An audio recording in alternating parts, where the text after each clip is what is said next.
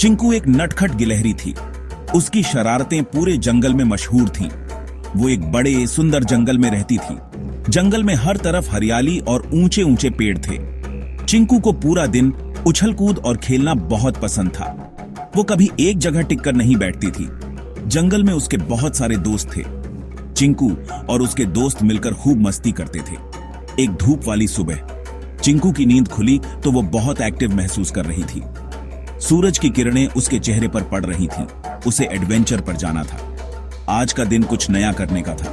वो फुर्ती से पेड़ से नीचे उतरी और अपने दोस्तों को गुड मॉर्निंग कहा। उसकी ऊर्जा देखकर सब खुश हो गए। गुड मॉर्निंग बोबो, वो एक नींद से भरे स्लोथ से चहचहाई। बोबो हमेशा की तरह सुस्त था। बोबो ने आराम से जम्हाई ली और उसे वापस विश किया। उसकी जम्हाई देखकर चिंकू हंस पड़ी। फिर चिंकू अपने दूसरे दोस्तों से मिलने दौड़ी, रास्ते में चहचहाते और बातें करते हुए। उसके दोस्तों ने भी उसे देखकर खुशी जताई।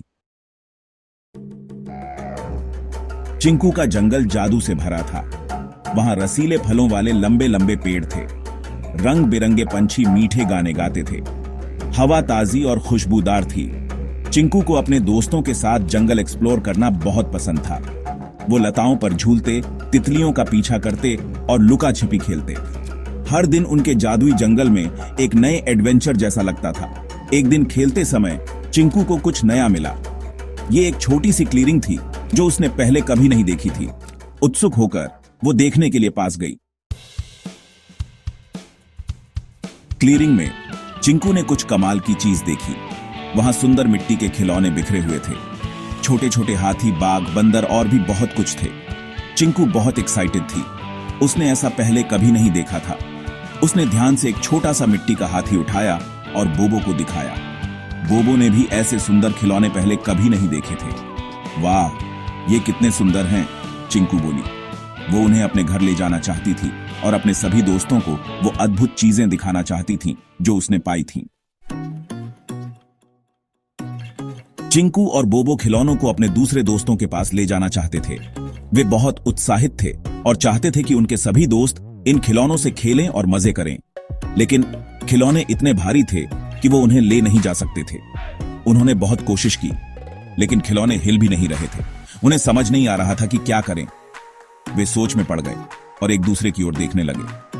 तभी उनकी दोस्त रानी हाथी वहां से गुजरी। रानी बहुत ताकतवर थी। उसने देखा कि चिंकू और बोबो परेशानी में हैं। उसने चिंकू और बोबो को परेशान देखा। रानी ने तुरंत समझ लिया कि उन्हें मदद की जरूरत है। उसने उनकी मदद करने की पेशकश की। रानी ने कहा, मैं तुम्हारी मदद कर सकती हूं। चिंकू और बोबो बहुत खुश हुए। वे जानते थे कि रानी की मदद से वे खिलौनों को आसानी से ले जा सकते हैं। वो सब मिलकर मिट्टी के खिलौनों को ध्यान से ले गए। रानी ने अपनी सूंड से खिलौनों को उठाया और सबने मिलकर उन्हें सही जगह पर पहुंचाया। उन्होंने सीखा कि जब वो एक दूसरे की मदद करते हैं तो मुश्किलों को दूर करना आसान होता है। टीम वर्क से हर काम आसान हो जाता है और सब खुश रहते हैं। चिंकू ने उस दिन एक जरूरी सीख ली।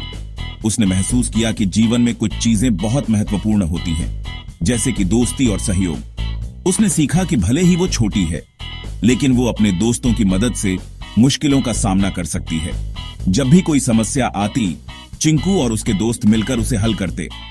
चिंकू और उसके दोस्तों ने पूरी दोपहर मिट्टी के खिलौनों से खेला। उन्होंने मिलकर नए नए खिलौने बनाए और अपनी कल्पनाओं को साकार किया। वो हंसे और उन्हें बहुत मजा आया। हर पल को उन्होंने पूरी तरह से जिया और एक दूसरे के साथ खुशियां बांटी। चिंकू ने महसूस किया कि अपनी डिस्कवरीज दोस्तों के साथ शेयर करने से उसे और भी ज्यादा खुशी मिलती है। उसने देखा कि जब वो अपनी खोजों को दोस्तों के साथ बांटती है तो उसकी खुशी दुगनी हो जाती है। उस दिन से चिंकू को हमेशा दोस्ती और टीम वर्क का महत्व याद रहा। उसने सीखा कि एकता में बल है और मिलकर काम करने से हर मुश्किल आसान हो जाती है। वो जादुई जंगल को एक्सप्लोर करती रही, नई डिस्कवरीज करती रही और उन्हें अपने प्यारे दोस्तों के साथ शेयर करती रही। हर नई खोज के साथ उसकी दोस्ती और भी गहरी होती गई और उसने जीवन के असली मायने समझे।